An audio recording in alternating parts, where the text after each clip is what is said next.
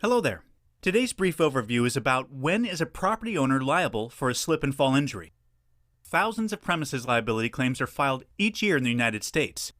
Many are successful and result in substantial slip and fall settlements, but there are just as many that fail. Those victims are left frustrated and confused, sometimes with barely enough money to cover their expenses. Too often, the first thought of someone injured by a slip and fall is, how much are my injuries worth? When it should be, do I have a valid case? Before deciding whether enough evidence exists to support a claim for injuries, you must understand the property owner's responsibilities and the legal requirements needed to establish your case. They aren't difficult. All it takes is a little bit of logical thinking. Let's first discuss the legal issues in premises liability claims. There is duty of care. Property owners have a duty to protect those invited onto their property. A duty of care is the responsibility a property owner has to keep her property free from dangerous conditions which could injure invitees. An invitee or licensee is someone with a legal right to be on someone else's property. The invitation can be made formally, informally, and can even be implied. In public places like supermarkets, malls, restaurants, etc., people are there by implied invitation. They don't need a formal invite. A trespasser is not invited onto property.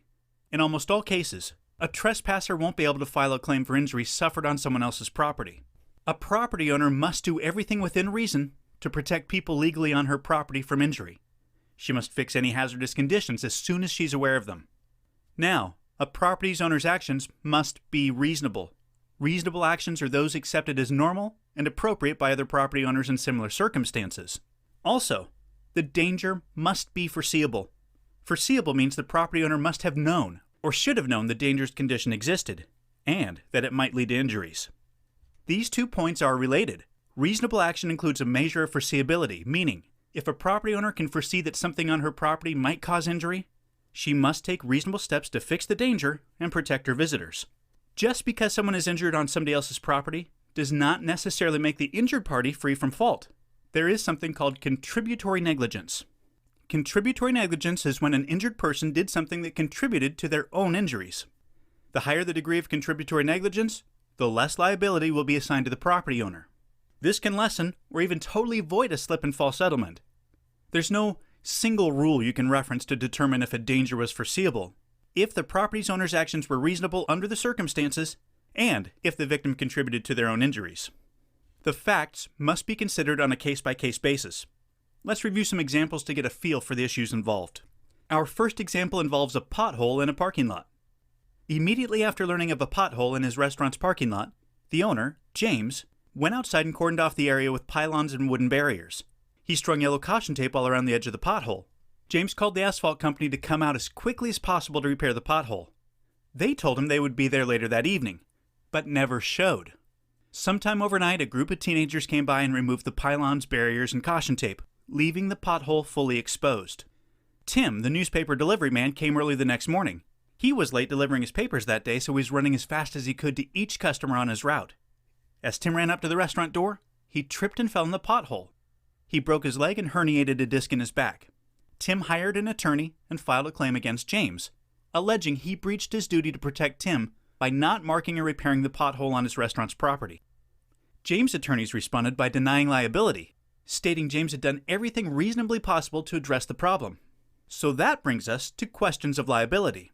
Was the possibility of Tim getting injured on the property foreseeable? Were James' actions to protect Tim reasonable under the circumstances? Did Tim contribute to his own injuries by running and possibly being careless? If he hadn't been running, would Tim have been able to avoid the pothole? In this case, there is a very strong argument in favor of the restaurant owner. James did his duty and took reasonable action to protect the delivery man Tim from danger. There wasn't much more James or any other restaurant owner under similar circumstances could have done to protect Tim from injury. It wasn't foreseeable that thieves would come in the night and steal the protective materials set around the pothole. Nor was it foreseeable the asphalt company wouldn't come that evening as agreed. The issue of Tim's running contributing to his injuries probably would not be a consideration in this case, as so much other evidence weighs heavily in favor of the restaurant owner. Okay, here's another example involving water on a supermarket floor. On her way home from work one evening, Beth stopped by a local grocery store to pick up some fresh vegetables for dinner. The store had an automated misting machine in the produce section, which sprayed fresh water on the vegetables to keep them fresh. An employee came by once every 3 hours to mop up any excess mist. Several days earlier, The misting machine began to leak. The leak worsened each day, leaving more and more water pooling on the floor. Roger, the supermarket owner, knew about the problem and made a call to the repair company to come out. 3 days later, they still hadn't come to fix the machine. Employees continued to mop the floor on a 3-hour schedule. The last mopping had been done about an hour before Beth walked down the produce aisle. Suddenly, her legs went out from under her. She slipped and fell in the water, suffering a broken wrist and a concussion. Beth pursued a slip and fall settlement to compensate for her injuries. So, let's follow these questions of liability. Was the possibility of Beth slipping and getting injured foreseeable? Were Roger's actions to address the dangerous condition reasonable? Did Beth contribute to her injuries in any way? In this case, the argument in favor of the injured woman, Beth, is very strong. Evidence can prove that Roger did not exercise the proper duty of care. He failed to take reasonable action to protect his customer from danger. Knowing the machine was leaking, Roger should have increased the frequency of mop-ups. He also should have cordoned off the area and moved the vegetables further down, so people would not have to walk near the water. It was entirely foreseeable that less frequent mop-ups and a failure to cordon off the area would lead to a customer slipping, falling, and being injured. There's no evidence of contributory negligence in this case. Beth didn't do anything to contribute to her own injuries. There was no evidence of her running or wearing improper shoes, and even if there was, her negligence would be heavily outweighed by the negligence of the supermarket owner.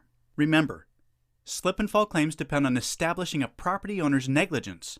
Proving negligence requires evidence the owner did not do everything reasonably possible to protect the injured person from harm.